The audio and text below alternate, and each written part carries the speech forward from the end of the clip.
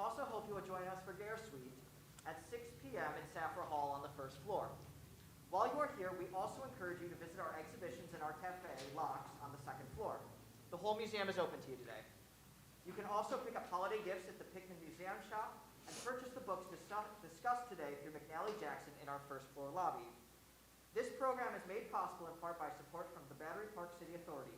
Your donations also help us present programs like these.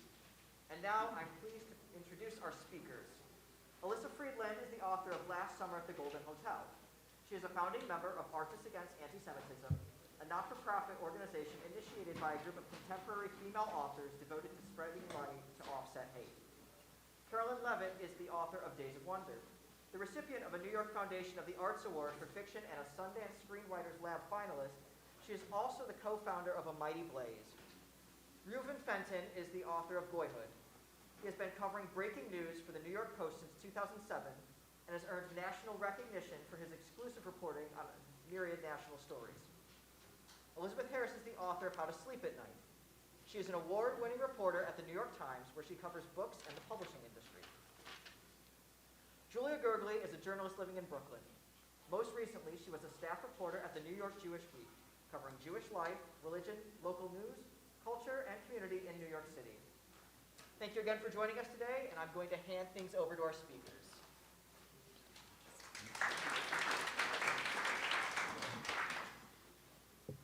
Hi, everyone. Thank you so much for coming on this beautiful day. Like Mick said, my name is Julia Gergely, and I'm a journalist in New York City covering Jewish life. And I'm so excited to talk to these four authors about creating Jewish characters and stories.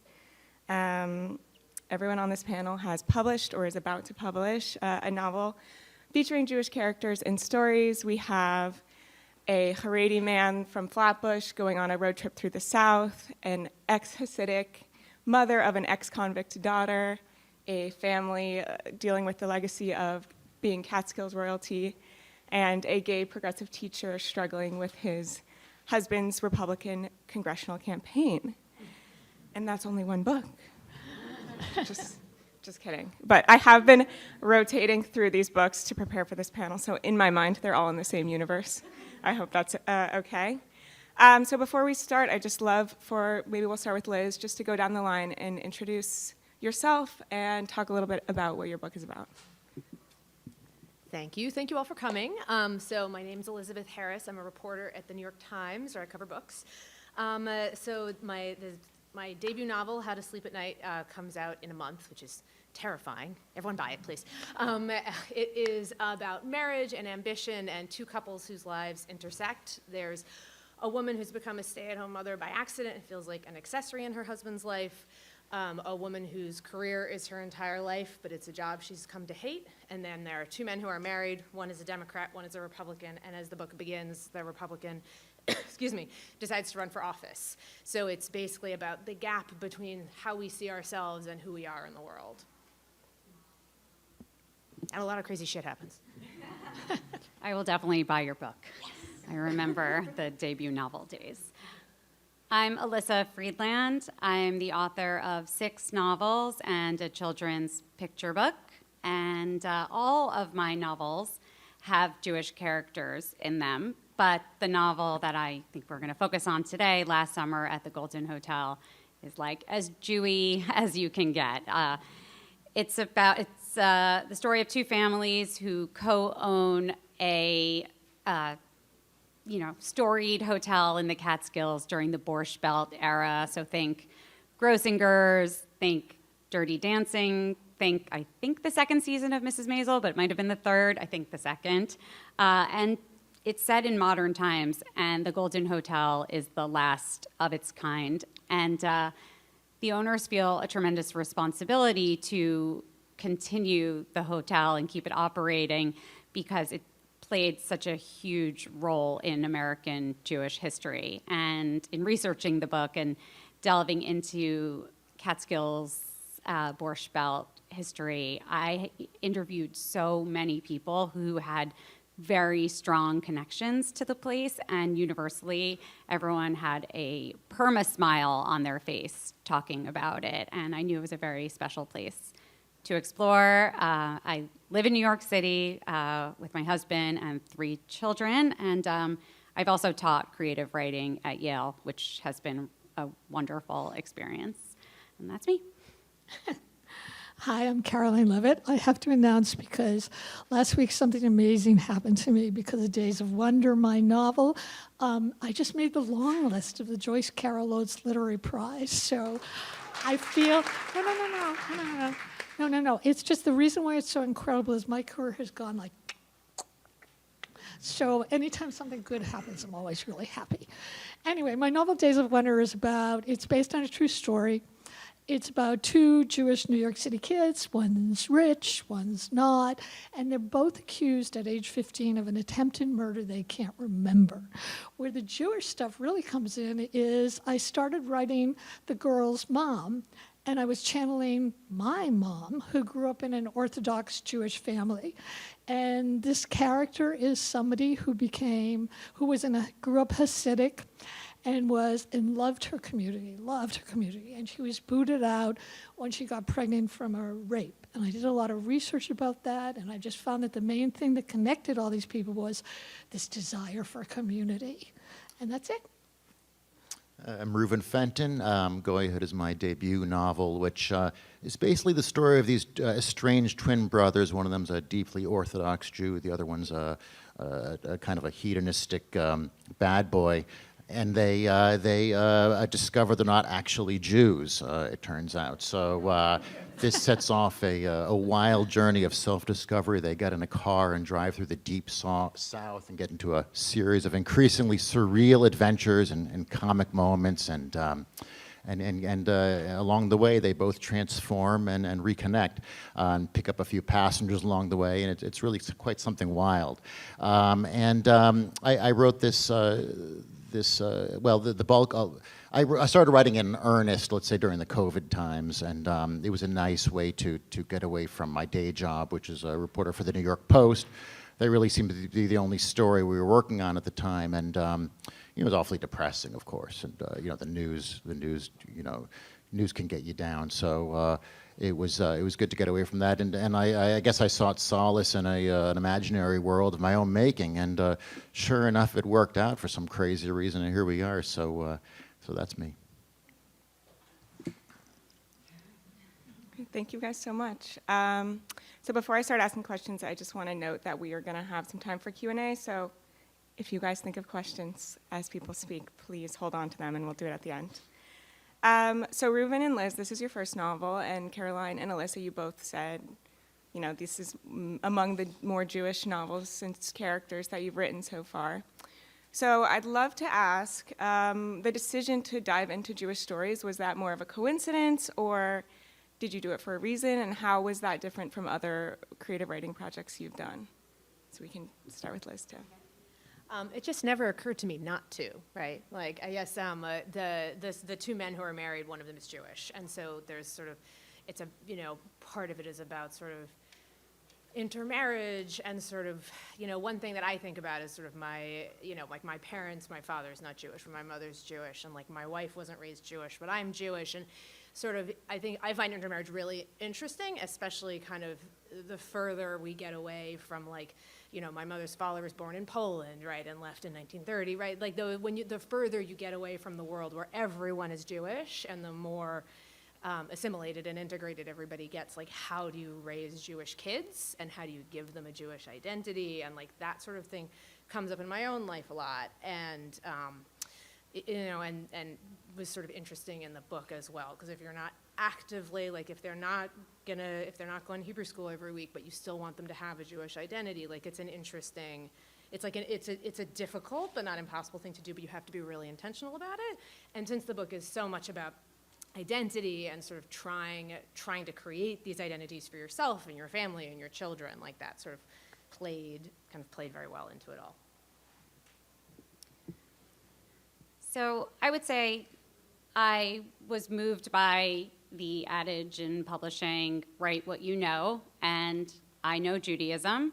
I went to Jewish day school in New Jersey from nursery through 12th grade. I went to Camp Ramah in the Berkshires.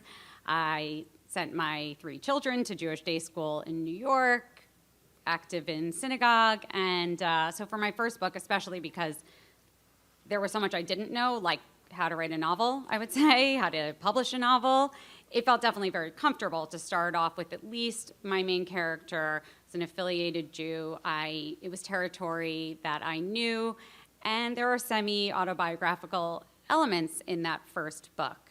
And I would say from then on, there were just other areas of Judaism and different types of Jewish characters that I wanted to write. And I was really motivated to keep up with it because a comment that I got really often, which I did not expect, were people thanking me for writing Jewish books that were uplifting and weren't just, like, not that there's anything wrong with World War II books, of course, but, there is a lot of Holocaust literature. There's far less out there that presents like this very joyous, upbeat side of being Jewish. And my books are full of Jewish humor. And, instead of choosing to set a big scene at Thanksgiving, I'll choose Passover. And, I'll make sure to talk about Hanukkah and mezuzahs and, reference, to a million different things like that make our tradition so special and so joyful. And then, of course, with Last Summer at the Golden Hotel, I really enjoyed delving into history. I had never attempted, like I said, it's set in modern times, but I had never attempted any book that required a lot of research before, and I like to challenge myself. I will tell an interesting story before I pass it on, which is that as I was starting to teach writing and paying more attention to the news in publishing, and I know Liz covers the publishing industry for the New York Times, so she'll know exactly what I'm talking about, it became that whole write what you know became almost like a rule. And an author who tried to write a story about someone of a different religion, who was a person of color and you were not, or had gone through a traumatic experience that you yourself had not experienced. Like, some of these books were getting canceled, and that really frustrated me because I chose to be a creative writer, a novelist. Like, if I can't use my imagination and think about what other characters experience, then I'm basically just writing memoir after memoir. So I had decided for my most recent book, Jackpot Summer, I'm done. I'm going to make this family not Jewish. I have mined, the kosher food jokes and the Shabbat and bar mitzvah, culture enough. Like, I'm going to spread my wings. But then post October 7th, I was like, you know what? We need more. We need more joyful Jewish stories in the world. And the Potter family became the Jacobsons, and Thanksgiving went back to Passover. And I'm really so glad that I did. I'm a little different in that I grew up not really Jewish. My mother disabused her life growing up Orthodox because her father died when she was young and she didn't want to know anything about it. So all I knew growing up about being Jewish was, don't date anybody non-Jewish because they'll give you up to the Nazis. So I didn't know any of that stuff until my mother turned late 88, 89, and she started spilling out some of her stories. I thought, oh, that would make a good novel. So I wrote, my first Jewish novel was actually my 7th novel, I think, and it was based on my mother's life. My mother was the only working woman in the 1950s, which was very bad back then. She was the only Jewish woman in a Christian neighborhood. And I can remember when I was a kid living in that neighborhood, the neighborhood kids would come up to me and they would either say, "You killed Christ," or else they would poke their fingers in my hair and say, "Where are your horns?" So I thought, well, that would make an interesting story of a Jewish. So I wrote that. My mother by then was starting to lose it, so she couldn't really read the story, but it didn't matter because it made her alive to me. The Days of Wonder is my most Jewish book because I wanted to. My mother kept talking about how she loved her Orthodox community. I said, I want to write about that. So I went out to Williamsburg, where all the Hasidic people are, and I had to find women who had left the community, and I found some men who had left the community. And no matter how their stories were, and a lot of them were not good. A lot of people lost their kids, they were booted out, they had nowhere to go. I always ask them, well, what was the one thing that you missed now you're out in the world? And they all said the same thing, which was community, that sense of community and that sense of belonging. And I thought, oh, well, I want to write about that. So that's a lot what I wrote about in Days of Wonder, just about how do we form families? How do we form communities? What does it mean to be Jewish? And can you realign it to the way you want to be Jewish? And that's where that came from. So for me, it really came out of a huge disappointment because I had written a previous novel with purely commercial intentions in mind, which had nothing to do with Judaism, which was actually kind of a young adult thing, a fantasy type of book, that I was unable to sell. So, that was really my first novel. And, out of that experience, it was like, the whole time it would have been bugging me was, this book that I was writing was not a book that I personally would have read myself. And I think out of that, I desperately wanted to succeed at this. And I said, I keep a list of ideas on me all the time as they come to me, different wacky scenarios that could make good novels and good stories. And I had recently come up with this one, like, wouldn't it be wacky if, originally it was going to be a rabbi who, discovered he wasn't actually Jewish. Wouldn't that be a wacky scenario? What would happen? And I said, well, let me go for that one. That I put that at the top of my list. And why? I mean, I think I owed it to myself. Writers are always advising people to, write the book you would read.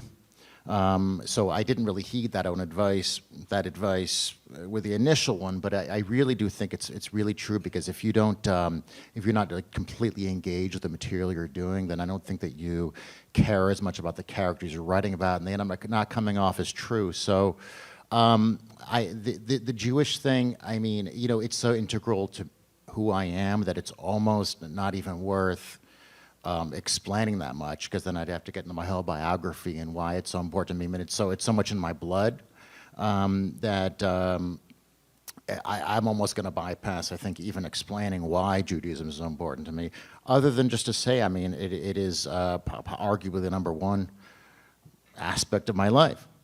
And so to write a novel that had to do with Judaism, it just seemed like a very natural fit to me, and I just thought it'd be fun to do an inside-out story where my protagonist actually is a goy, as I say in my title, and wouldn't that be fun? And I think I pulled it off. And now I will ask you why Judaism is so important to you. Oh boy. But my next question, I'm going to start with you, Reuven, and then we can go the other way. So it sounds like Judaism came very naturally, write what you know, and it's sort of an exploration of your own history and own identities. And I'm curious, writing is a lot of self-interrogation, even if you're writing fiction. So how writing these Jewish stories, whether or not they're based off people you know or yourself or not at all, how it changed your own relationship to Judaism and what you learned through that process? I have to say, I mean, we're working on this book. It did involve a lot of research. I have a pretty good general knowledge. So I went to Orthodox schools growing up, and I went to Yeshiva University, and my general knowledge is pretty sound, but relatively, I mean, everything's relative. And I have brothers that are extremely learned who make me look like a complete ignoramus, and which I really am in a sense. So while I was writing this, I did end up needing to do a lot of research. And while I was doing this, I must say, writing this book actually made me a lot more spiritual and dare I say more religious. Because I think just in the process, if you ask rabbis, about questions about faith and things like that, and Jews were, or people who had religion, they're always having issues about faith. How do I know any of this is true? And I've asked rabbis that question, and I've gotten the same answer, which is basically something to the effect of, just worry more about the action of practicing Judaism, and don't worry so much about faith. The faith will come to you through the process, through the practice. practice first, then faith. And I must say, writing this book was its own sort of practice of Torah learning, if I may. And it actually made me quite a bit more spiritual in the process. A lot more spiritual, actually. And now, funny enough, now that it's complete and behind me now, actually, I think my religiosity is diminishing a little bit now, believe it or not. I think I'm going to have to write a sequel. But boy, it's just, I don't want to ramble on and on, other than to say, religion, it's so abstract. I mean, I don't even know quite how to answer your question, other than just to say, that it changed me, it transformed me somehow in ways I'm still figuring out. Well, the first thing it did is it made me feel more connected to my mom, that I was giving my mom life on the page. And my mom died before these books came out. And it made it feel like really important for me. And then two other things happened. I started to get these really ugly anti-Semitic things on Twitter, which I'm no longer on, and really horrible, like anti-Jew things, or they would find a photograph of me, put it in an oven, and so I got off Twitter right away because I thought that was disgusting. But I have to say, like, coming into this museum, my husband, Jeff, and I were looking around it before we came here. It was such a visceral feeling. I just felt so connected to all the photos and all these people. I mean, they're real people. And to feel that, I definitely felt a connection to, like, Jews going all the way back. And I've also decided that I'm always going to put Jewish characters in my work from now on. So I would say, as far as writing Jewish novels with, strong Jewish characters, was less an interrogation of my own Judaism and connection to my religion and spirituality while I was writing. I would say the biggest transformation happened for me during the promotion phase. Because my books are so Jewish, I've been invited to JCCs, Hadassahs, synagogues all across the country. And for me, in terms of expanding my Judaism and changing my views on Judaism, I realized that I had a really narrow view. Like, Jews liked bagels, and they're from New York, and they have origins in Brooklyn, and they have a certain mannerism, way of speaking. And then I got to travel the country, and I was invited to Jewish community centers in Dallas. And I remember getting picked up in Dallas by my host, lovely Jewish woman. She picked me up from the airport to take me to the hotel. And she's like, "Do you mind if I drive you by some of the football fields? They're amazing." And I was like, "What?" Like, okay. Like, I couldn't believe, how much she cared about showing me the high school football fields. And she was so proud. And then I went on to Houston on that same trip to do an event. And I went to this lovely South African Jewish woman's home. I also learned that there are many South African Jews in Houston, which I never would have known if I wasn't traveling around the country. And she had like many bronzed cowboy boots, like right at the entrance. And it's really, California Jews, even the difference between in Florida, West Coast of Florida versus East Coast of Florida Jews. Like,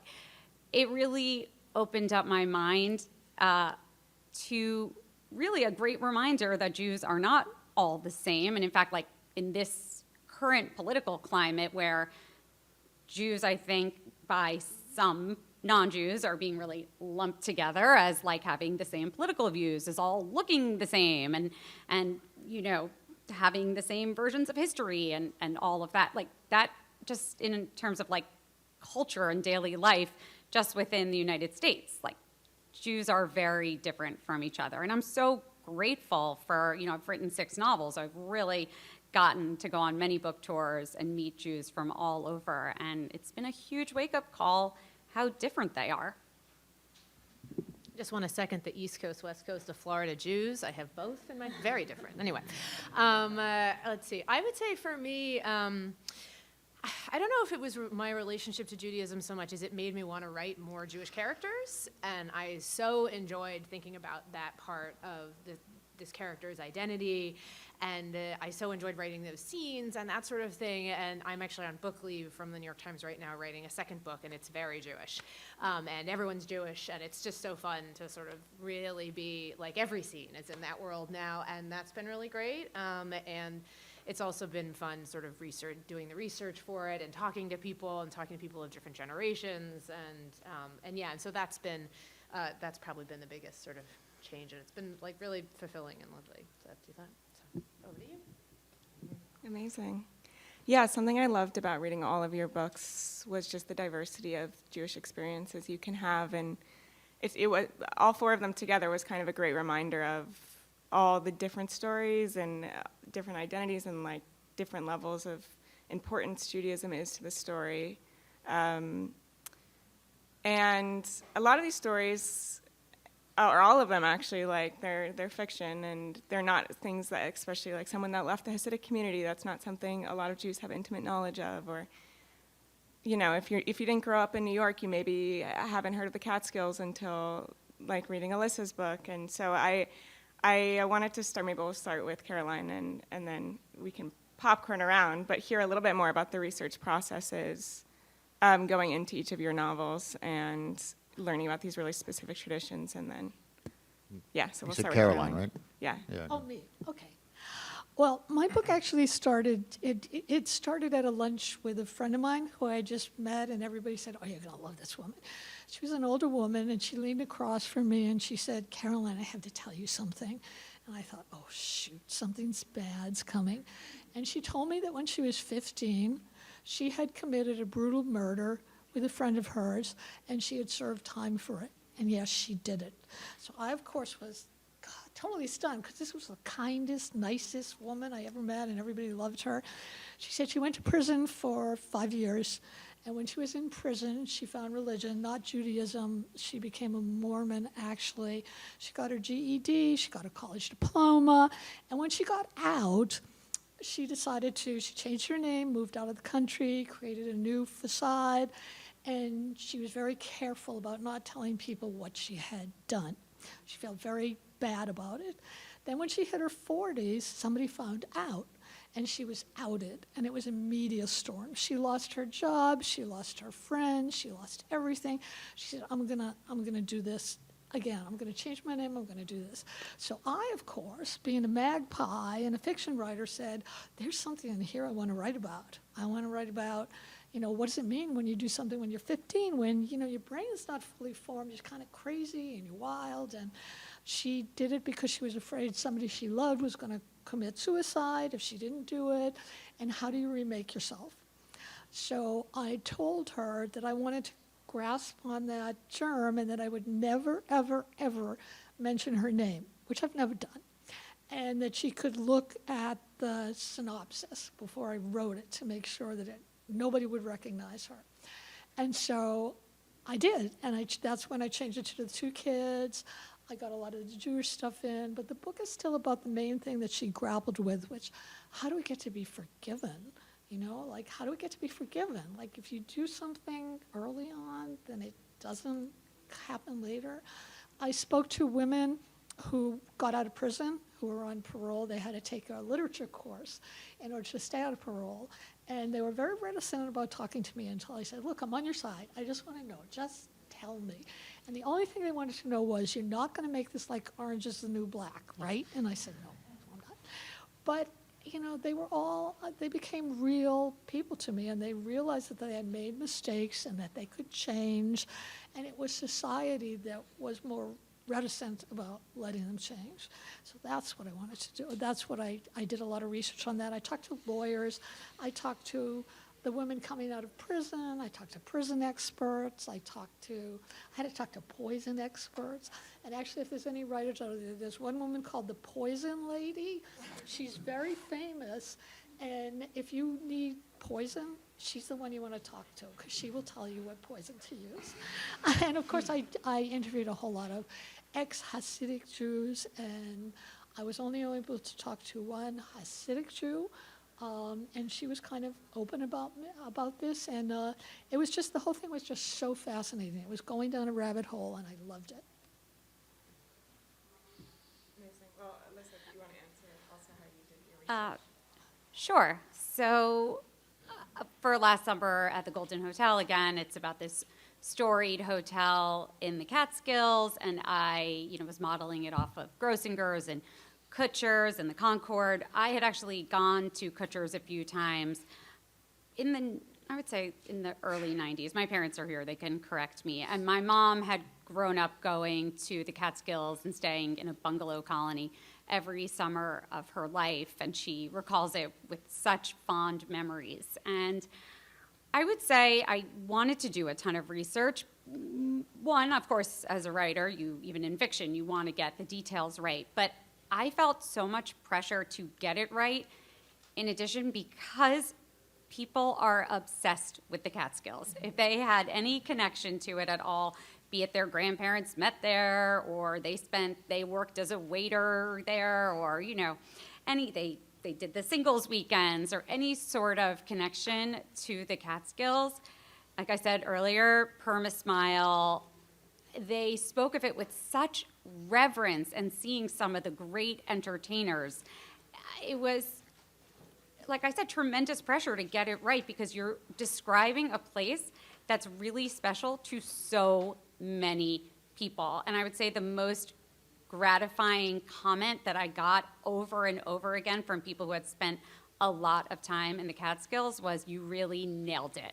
And I'm so grateful, because my trips to Kutcher's in the 90s really, if anything, I think it was sort of a sadder experience. There's actually a documentary called The Last Resort about Kutcher's, and you can see, how it really crumbled at the end. And I also just, in researching the Catskills and the golden age of these hotels and bungalow colonies, I was really struck by the way my family operates with vacation and my friends operate, which is that we rarely go back to the same place twice, no matter how much we love it.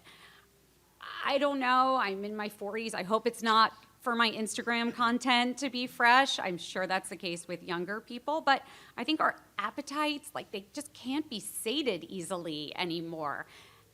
And the Catskills was a place that people returned to every summer happily, and it was seeing the Red Apple Diner and seeing the familiar landscape and the lakes and doing the same activities over and over, and bingo night and trivia, that brought them so much joy. And I think about it, and I really wish a place like that existed, that my family would look forward to going back to and really celebrating the tradition, instead of, going online and seeing what's the next hotel that opened in which far-flung city. I want to also say that I was extremely lucky, and I'd already decided to write a book set in the Catskills, focusing on the Borscht Belt era, and I take a weekly Pilates class on 2nd Avenue, and I chat with my Pilates instructor. We've been together forever, and she's just like, what are you working on? I told her a little bit about the book, and she's not Jewish, so I,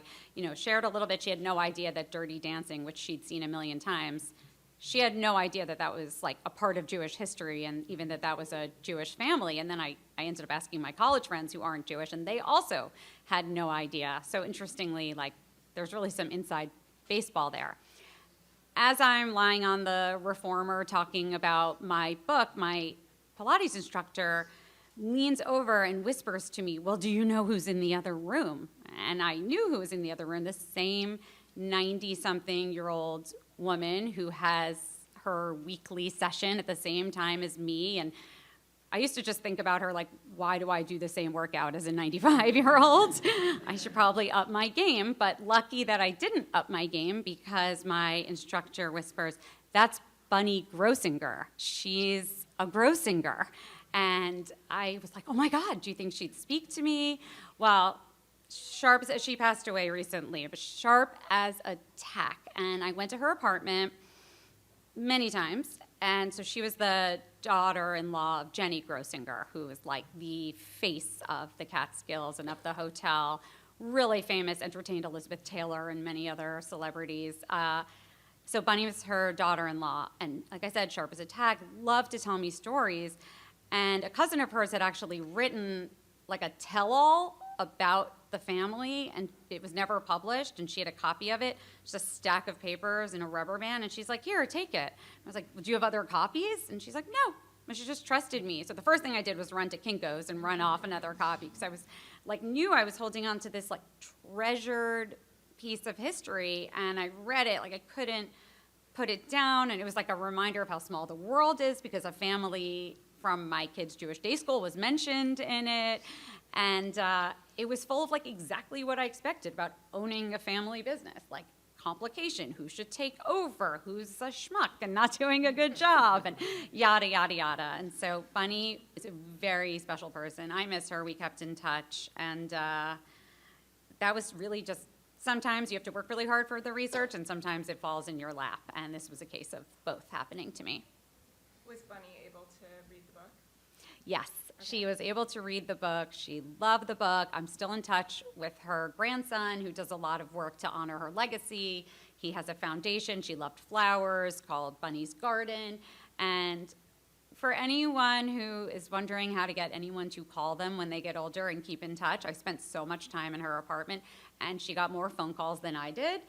She would answer the phone for whoever called and said, you know, so-and-so, you made my day. Hearing your voice is the best thing to happen to me. So when anyone calls you, say that, and you will not be a lonely older person. Oh my gosh, I love that. So for Reuven and Liz, similar question about research.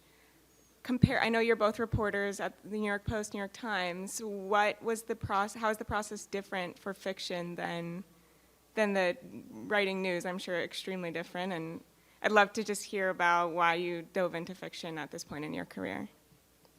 You can start with. Okay. Let's see. Can I answer both of them if I do it quickly? Yes. Okay, great. So the difference between fiction and nonfiction, I guess. A lot of people I work with, I work at the New York Times, for those, whatever, just got here. A lot of people I work with write nonfiction books, but I never wanted to do that because I write nonfiction all day. So then it felt like I would then be going home and then continuing to do my job in the evening. But fiction, when I've always wanted to be a writer, and that's how I got into journalism. There are sort of people who get into journalism because they want to be reporters, and there are people who want to write and want to pay their rent. And I was one of those, and so I'd always wanted to do it. And then it was during COVID, and I didn't have a commute, and I was like, well, I'll just give it a shot. And when you write a story, the first couple paragraphs is called the top. And so the file for the book was called Book Top, and I was like, I'm just going to write the top. We're just not going to worry about where it's going. Just going to write the top, and it was called Book Top until I sold it. And and in general, I didn't really have. I made a lot of decisions. Like there's a journalist in the book. Because I didn't have time to do research, because I had a job. I had my kids were like 2 and 5, which was insane.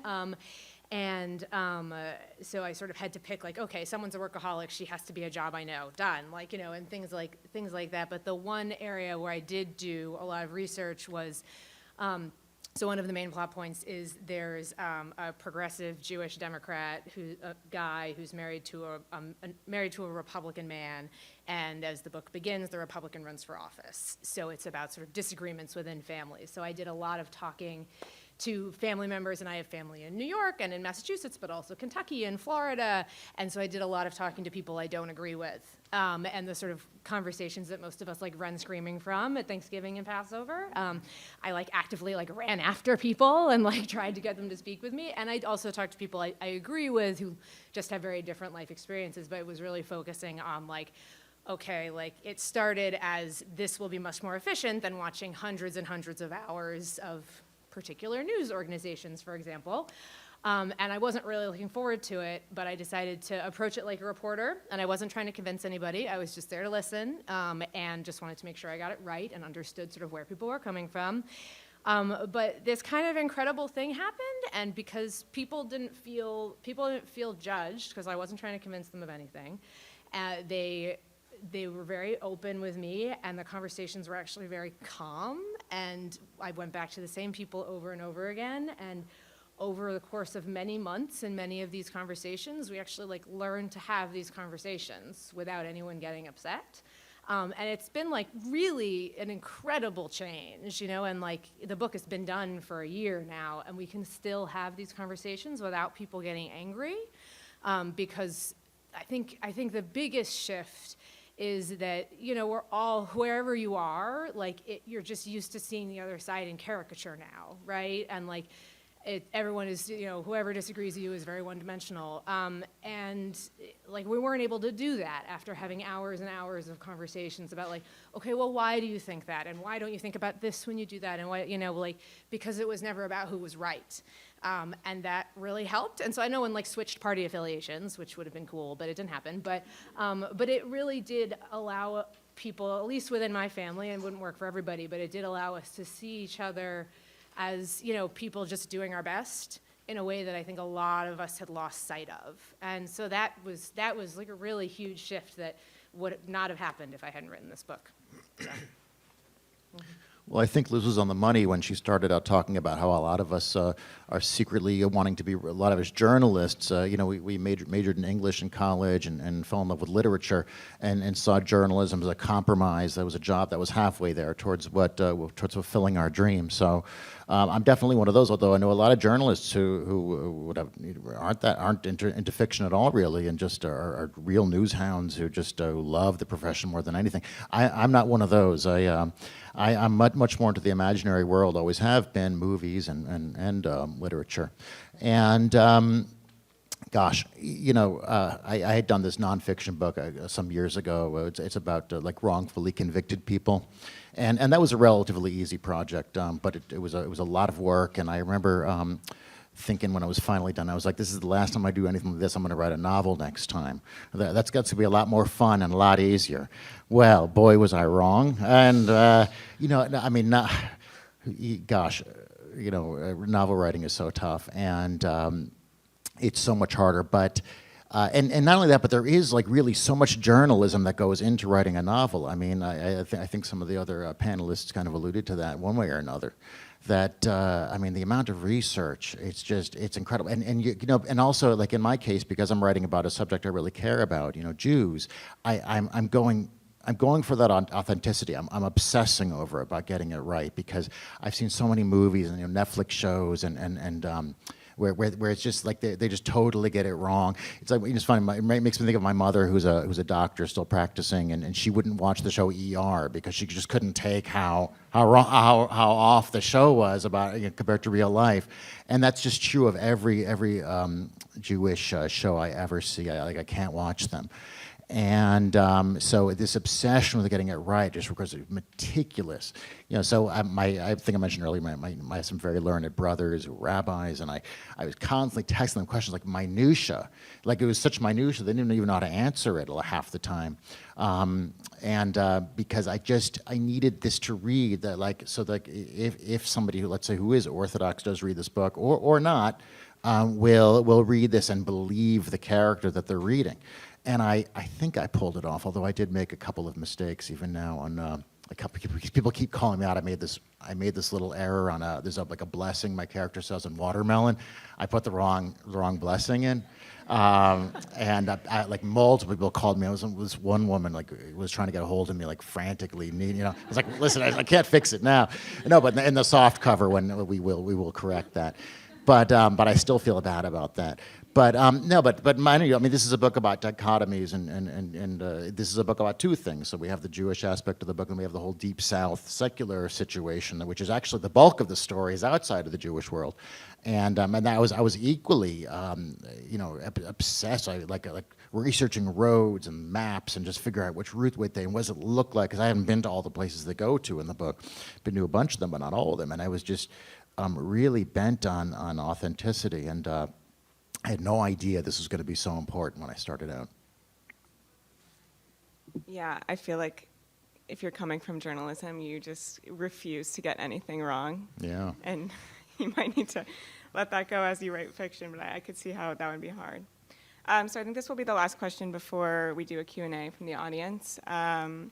So I love talking about Jewish characters and the joy it brings and what it contributes to the world, but I know it's been quite a year for the Jewish community. And I want to talk sort of about what's happened since and maybe some of the challenges you've faced putting Jewish stories into the world, or fears that you may have, whether or not they came to fruition, and kind of the other side of putting Jewish stories into the world and what you've encountered. So maybe anyone that wants to volunteer to start. I'll just get it out of the way. I was deeply concerned about this after October 7th, and consider myself very lucky actually to get the book the deal before October 7th, well before actually, and it was a relief because I actually did a whole op-ed piece about this for the Post about how basically how hard it is for Jewish writers now to make it in the publishing world because of all these, unspoken biases that, some call us paranoid, but I'm not so sure. I think there's something to it. But at any rate, if you follow these issues about authors, getting their book events canceled because of threatened protests and the review bombing on Goodreads and on Amazon and all these concerns, and Caroline was talking about some of her issues on Twitter. I think you were saying before even this went down. So these now, but that being said, I must say, my publisher, which is not a Jewish publisher, they've just been so extremely kind and good to me in all respects, and I have to say that to my delight, I have not been dealing. Maybe I'm not well known enough. Maybe I'm lucky in that regard, but they have left me alone, the bad guys, and I'm grateful for that. But I mean, there's this paranoia. Like, when am I going to be discovered by the people out there who are going to rally against me and try to destroy me? So which I guess is the typical Jewish experience. It's very weird. It's I just got used to getting nasty anti-Semitic things, and then after October 7th, I actually had a Jewish friend of mine. I had posted just something, one word like sorrow, and he called me out on it on my page, saying, "What? This is the best you've got? I'm ashamed of you. You have a platform. You should say more." And he just kept going on and on and on about it and getting nastier and nastier, and I had to block him. Then there was another woman, also a friend of mine, who actually happened to be Palestinian, and she said, "Do you know that your page has become Hate 101? And I said, "No, it's not. I'm not that way." She said, "Yes, it is." And she kept getting nastier and nastier and nastier. And finally, I had to block her, at which point someone felt the need to tell me that on her page, she had named her page the Caroline Leavitt Hate 101 page. So, I mean, I didn't feel the need to know that, but it's made me more determined not to back down, just not to back down. I am who I am. I'm going to write what I write. I'm going to support what I write. But there is that feeling of paranoia that you spoke of that isn't so pleasant. So I'm going to share a more optimistic view, and not just to cheer everyone up in the room, but just because it has been my experience. I have 6,000 followers on Instagram. I've only received one comment ever that was anti-Semitic, and like I said, that's 6 novels with tremendous Jewish content. I've maybe lost a few followers, but not even an amount that's noticeable. I'm very public about my views and my support of Israel. I don't hide anything. And, I frequently post pictures of me and my children celebrating Shabbat, or, picture of, kids at the Purim play, et cetera, et cetera. And if you're familiar with the literary blacklist that came out, I'm one of the authors that was blacklisted. And if anything, I just want to tell you that my sales went up after that. So there's tremendous strength where the Jews are the people of the book and the people of the book buying, and it's been amazing. And I spoke at UJA this week, a panel, authors talking about anti-Semitism and our experience, and one of the members of the audience asked a question like, we're just kind of talking to ourselves, and don't you feel like it's an echo chamber and we're not actually making any difference? It's very hard to measure a difference. I also can't imagine not trying. But I responded, it's okay if we're just strengthening our echo chamber. Like if all of this, like, go Jews, we're going to support Jewish artists and authors, and we're going to do something when we see someone being canceled, even if it doesn't change people's viewpoints outside of the community, it's strengthening the community from within, which arguably is even more important. So it's possible that I've only received one nasty comment on Instagram because my followers are mostly Jewish and they don't hold opposing viewpoints. But there's still value in my posting because they see me as a public figure and a leader not afraid to speak out. And hopefully I'm just, giving them courage. So I'm taking a lot of solace from strength from within. My answer is kind of boring because my book isn't out yet, so I don't know. But I will just say that I'm very glad that I am now in the middle of a book that is very Jewish, and it's been kind of great to sort of be there recently. But again, I don't know. Cross fingers for me. Definitely. So I would love to open it up to the audience for questions. If you could just stand up and just say it pretty loudly. We'll start with you.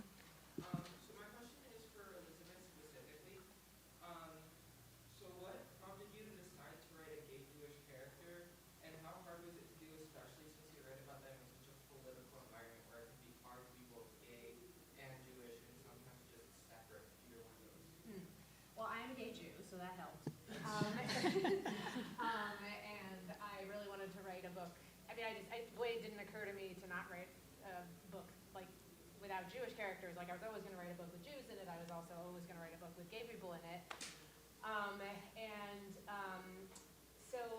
The thing that's been interesting is, so because I work for the New York Times, I'm not allowed to talk about my own personal politics. And I can't post it on Twitter. I can't talk about it here. None of that. And so it's been interesting. Writing it, researching it and writing it was this really interesting experience, and I hope that the book can give people some hope in this very difficult time. But in the promotion of it, it is tricky. I will be honest. I'm working. I was telling Julia I'm writing something for The Atlantic about the process of sort of having these conversations with my family and sort of how that changed us and how that ended up in the book. But I can't talk about what I think, and I can't talk about what they think. So I kind of have to talk about what everyone thinks all at once. So wish me luck. It's maybe a mess, but hopefully it will work. But yeah, I think just like there are a million kinds of Jews, there are a million kind of gay people, and we all exist in all these different ways. And I think it's really important just that I think there's really important that there be more books about very different Jewish experiences. I think it's important there be more books about different kinds of gay experiences, and just we're all just sort of people existing, and also that the book is again, there's nothing wrong with books about terrible things, but this book is hopefully fun to read also. It's about difficult stuff, but it's about sort of how we can do it in a way. So there you go.